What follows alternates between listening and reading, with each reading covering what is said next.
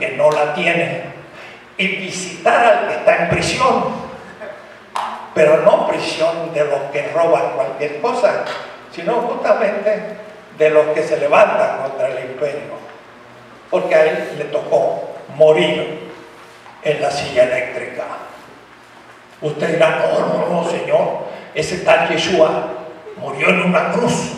¿Y usted sabe lo que es la cruz? Es la silla eléctrica con la que matan a los que se rebelan contra el imperio. A Espartaco lo crucificaron con 3.000 esclavos que se levantaron contra el emperador, de tal manera que el fundador del cristianismo murió en la silla eléctrica. Y dijo lo mismo que Osiris: dar de comer al hambriento. Engels, hace un siglo y un poquito, en el prólogo al origen de la familia, dijo cuáles son las necesidades fundamentales del ser humano: comer, beber, vestir y tener una casa. Hacha. Osiris, permítame ahora decirlo, Jesucristo y Marx están de acuerdo en que la vida es el principio de la ética. Si tú das de comer, afirmas la vida, el acto puede ser bueno. Y ese es el principio de la política. Yo tengo que ser político para que la gente coma, para que tenga vestido, para que tenga casa, para que haya justicia, para que el capitalismo sea superado. ¿Por qué? Porque el capitalismo es el que crea el hambre. Primer principio ético. Segundo principio ético: ¿cómo voy a hacer para dar de comer y cumplir la afirmación de la vida? Por consenso, compañeros. Hay que discutir y llegar a consenso. Eso es lo válido y en política es lo legítimo. Lo legítimo es lo que la gente está de acuerdo. Y eso se llama legitimidad. Y la legitimidad del pueblo, que es el estar de acuerdo, la comunidad política, para volver al otro esquema, cuando la comunidad política está de acuerdo, entonces la ley, el representante y lo que sea, tiene legitimidad. Eso es la democracia. No lo que nos dice el liberalismo, que hay elecciones. Las elecciones es un instrumento secundario. El fundamento de la legitimidad es el consenso del pueblo.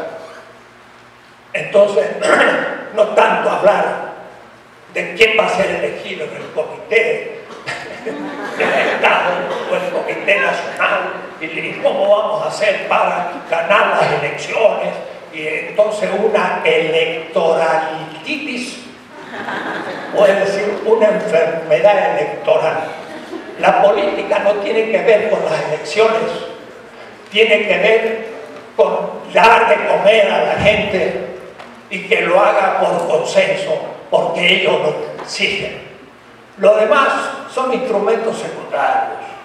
El partido político no es una maquinaria electoral, es una maquinaria de dar vida al consenso del pueblo. Y ustedes son los que lo van a realizar, o nadie lo va a realizar. Y por eso vale la pena dar la vida.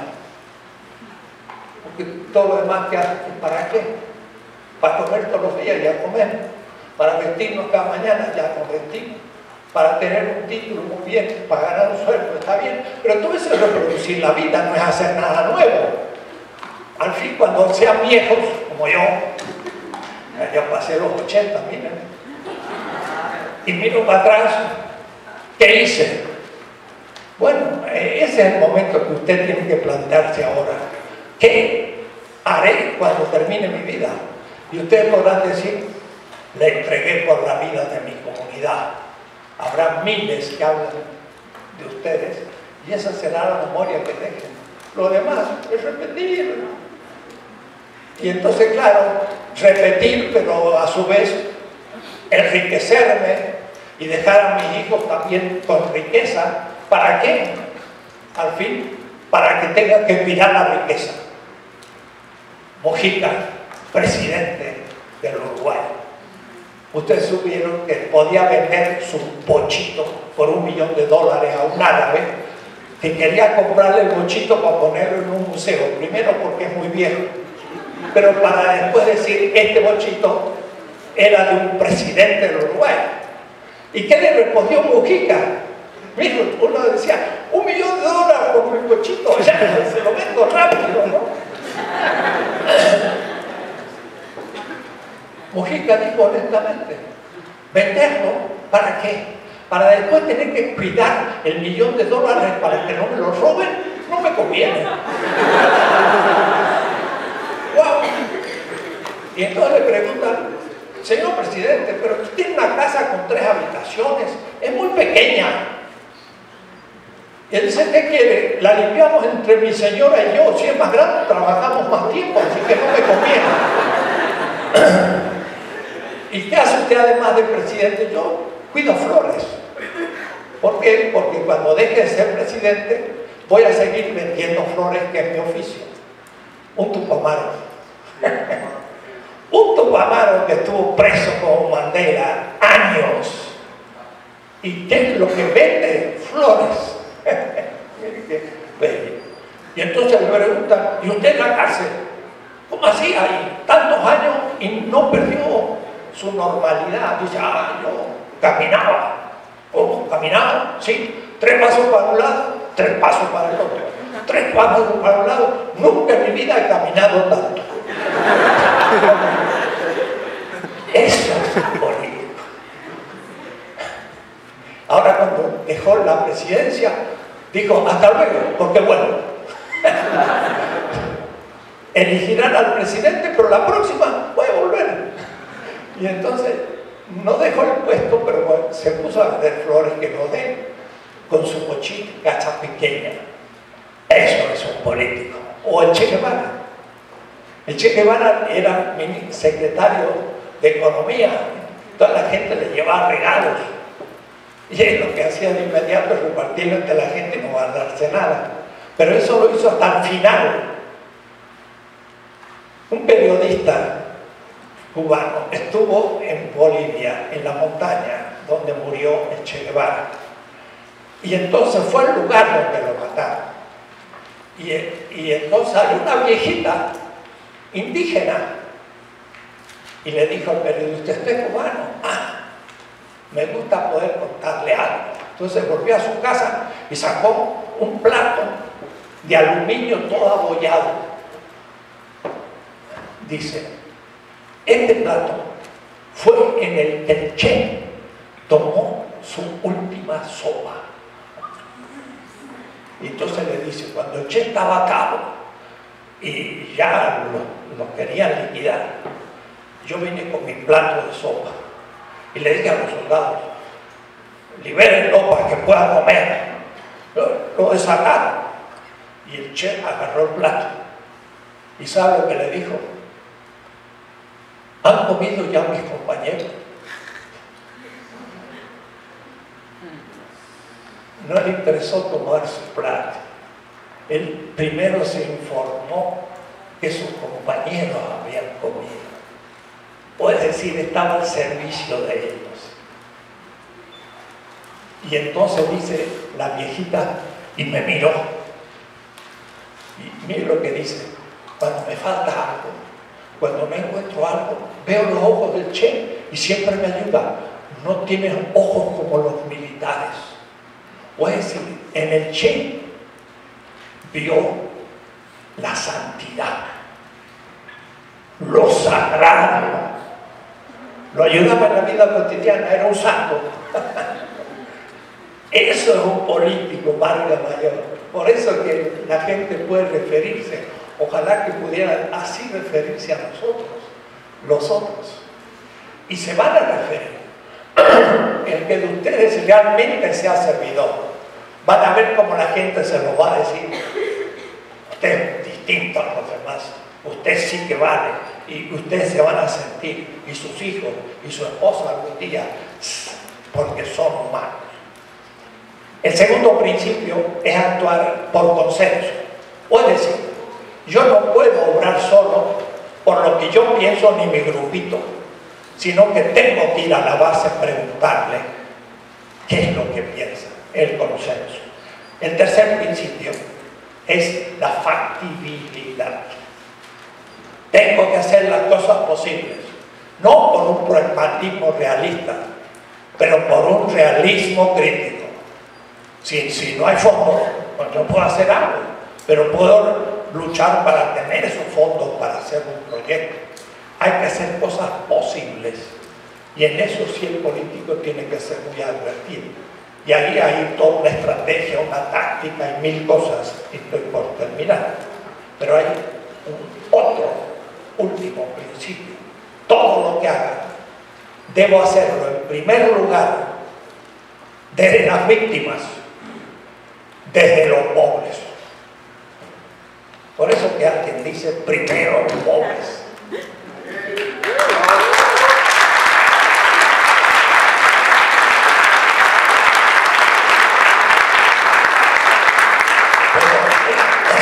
Es el gran político que intuye las cosas. De paso, lean ustedes cientos de obras, de páginas que he escrito sobre el tema, porque, como les dije, alguien que fue exilado político dijo: bienaventurados los pobres. ¿Por qué? Porque al decir eso, dijo muchas cosas. Los pobres son las víctimas de un sistema donde algunos acumulan riqueza y otros se quedan sin nada. Pero decir bienaventurados los pobres es decir maldito el orden que los produce. Es decir, maldito el capitalismo que produce a los pobres. No se olviden de eso, porque si yo creo que el orden y la ley es lo que tengo que hacer, entonces tengo que justificar a los pobres como pobres, y lo primero es la ley. Este es el gran tema de actualidad filosófica hoy, filosófica política. Un tal Pablo de Tarso dijo: la ley no es principio de justificación, sino el consenso que tiene la comunidad, que se llama fe. Cuando un pueblo, dice Fidel Castro, cuando un pueblo crea en algo, esos son los principios de lo que estoy hablando. Cuando crea en alguien, sí señor, es necesario el liderazgo, pero no uno, miles de líderes. Todos ustedes tienen que ser líderes y ser dignos de serlo, y correr los riesgos que eso supone, porque no son aplausos, sino muchas veces escupidas y insultos. No es tan fácil, pero hay que creer en alguien, porque no es asunto decir los principios son así, pero después yo hago lo contrario. No puede ser, debo ser teórico. Pero dice: cuando el pueblo crea en algo, en alguien, pero sobre todo cuando crea en sí mismo. Esa es la fe que justifica. El pueblo crea en sí mismo.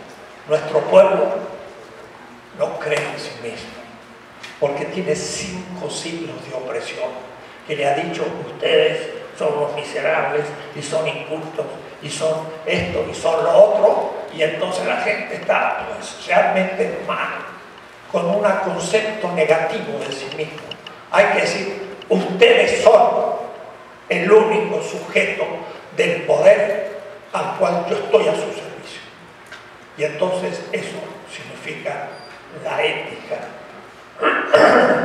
Y la juventud debería tomar esto en serio y ser aún en el partido una cierta fuerza con autonomía relativa. Enseñarle también a los viejos un nuevo modo de hacer política, que ya lo tienen algunos, pero no generalizado. Ustedes tendrían que hacerlo por convicción y estudio y práctica. Y por eso entonces que quizás lo que hay que hacer en primer lugar es volcarse a la organización de los comités de base, porque los comités de base son la organización de la comunidad política de abajo arriba, y los dirigentes del partido deben ser elegidos por la base y no de arriba para abajo. por la estructura. Y eso supone otra manera de ver las cosas seriamente. Y espero que en este taller o curso se pueda hablar del asunto. De abajo hacia arriba, comenzar a organizar en todo el país los comités de base como finalidad primero de la propia juventud, pero con carácter de juventud. ¿Por qué? Porque ustedes saben, los jóvenes hoy son los que están en peor situación. Porque eso de niños, ¿no? Pero es verdad, muchos ni pueden estudiar porque no hay lugar y también no pueden trabajar porque no hay. ¿Y qué hacen? A la deriva, lo que pueden hacer es vender drogas o dedicarse a robar. Hay que vivir.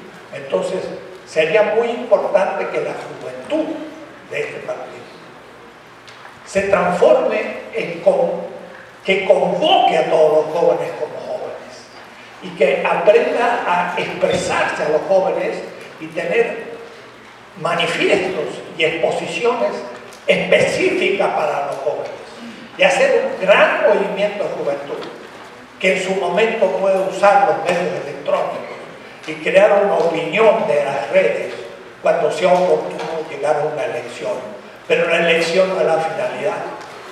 La finalidad es el contacto con ese pueblo y el tomar la práctica de su servicio. Termino diciendo, en el pueblo azteca, en los dibujos de los grandes códigos, el pueblo iba en peregrinación, caminando, y se ven las huellas de sus pies caminando. Pero todos llevaban atrás un bulto. Y ese bulto era realmente lo que después se colocaba o arriba de la pirámide o arriba de los cerros, que llamaban los aztecas el corazón de la comunidad, lo sagrado. Y eso es la tan desprestigiada patria. La patria es como el corazón mismo al cual el pueblo venera. ¿A quién se canta el himno? Han visto que cuando se canta el himno, hasta en un partido de fútbol, la gente se pone en actitud seria, hasta sagrada. Es un acto sagrado. ¿Y a quién se canta? Se canta al pueblo, pero en su corazón. Se canta a la patria. Pues hay que regenerar la patria. Porque está mal, está pudriéndose.